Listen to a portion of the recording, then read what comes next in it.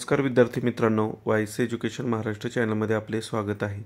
आज आपण इयत्ता 7वी विषय गणित माध्यम सेमी प्रश्नपत्रिका उत्तरासहित पाहणार आहोत। ही प्रश्नपत्रिका एकूण 20 गुणांसाठी आहे। वेळ 1 तास आहे। Question number 1, write the following numbers in ascending order. दिलेल्या संख्या ज्या आहेत त्या चढत्या क्रमाने लिहायच्या आहेत। अगोदर लहान संख्या लिहायची आहे, त्यानंतर त्याच्यापेक्षा मोठी आणि शेवटी सर्वात मोठी। Question number 2, 419.87 write the place value of the underlined digit. Underlined digit 1 आहे, त्याची place value 10 येणार। Question number 3, ॲडिशन करायची आहे, ॲडिशन करून दिलेली आहे। Answer 87,739।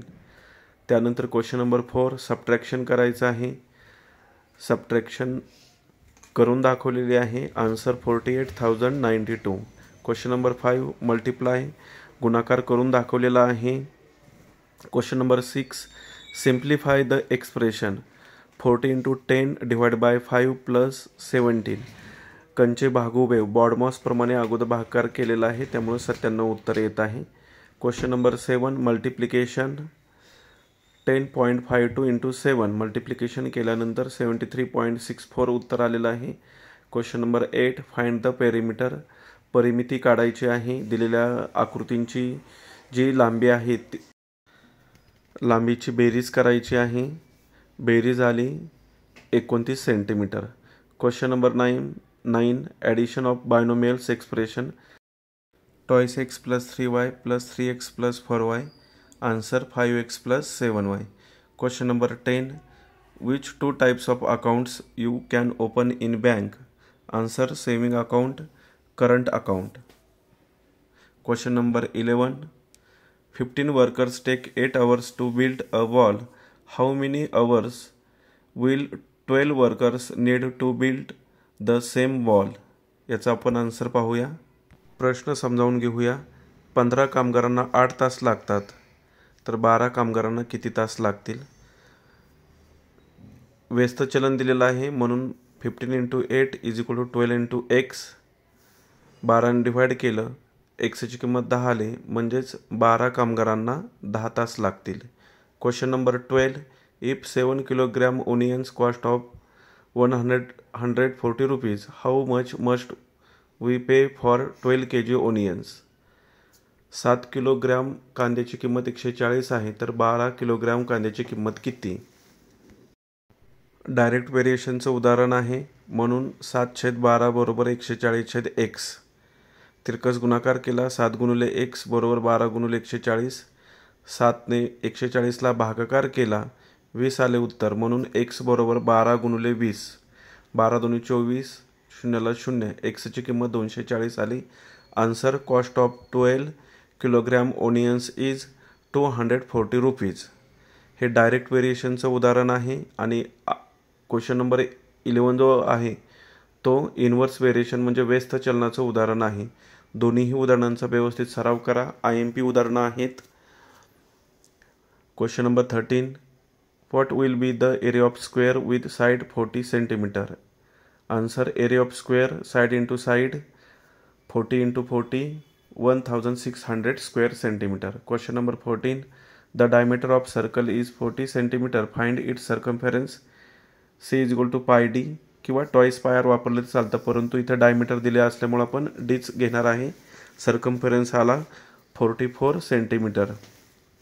Question number 15, find the total surface area of cuboids of length breadth height as given below 12 centimetre 10 centimetre 5 centimetre. Total surface area of cuboid toys in bracket LB + BH + HL। पूर्ण example व्यवस्थित सोडवून दिलेलं आहे। दिलेल्या किमती व्यवस्थित पहा, step पहा। Question number 16, the principal is 6000 rupees, time is 2 years and rate of interest is 6% per year, what is the total interest. Principal दिलेला आहे, रेट दिलेला आहे, नंबर ऑफ इयर्स दिलेला आहे म्हणजे मुदत, त्यावरून सिंपल इंटरेस्ट काढून दाखवलेला आहे। सिंपल इंटरेस्ट 720 रुपीज आलेला आहे। Question number 17, the radius of a circular garden is 56 metre, what would It cost to put a 4 rounds fence around this garden at a rate of 40 rupees per meter. एक वर्तुळाकार garden आहे, त्याची radius 56 metre आहे आणि त्याला कुंपण करायचं आहे. त्याचे 4 राऊंड आहेत आणि ते 40 रुपये रेटने किती किंमत येणार आहे फाइंड करायचं आहे. संपूर्ण उदाहरण व्यवस्थित सोडवून दिलेलं आहे ते पहा. सर्कम्फरन्स फाइंड केलेला आहे, 352 आलेला आहे.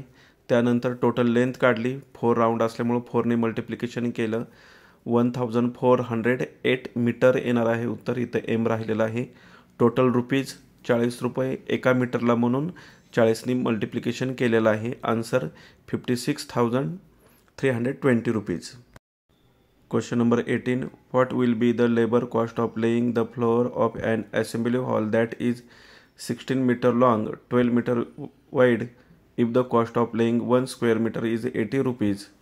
असेंब्ली हॉलचे एरिया काढायचा आहे आणि त्याला 80 रुपीजने मल्टिप्लिकेशन करायचं आहे. आन्सर पहा.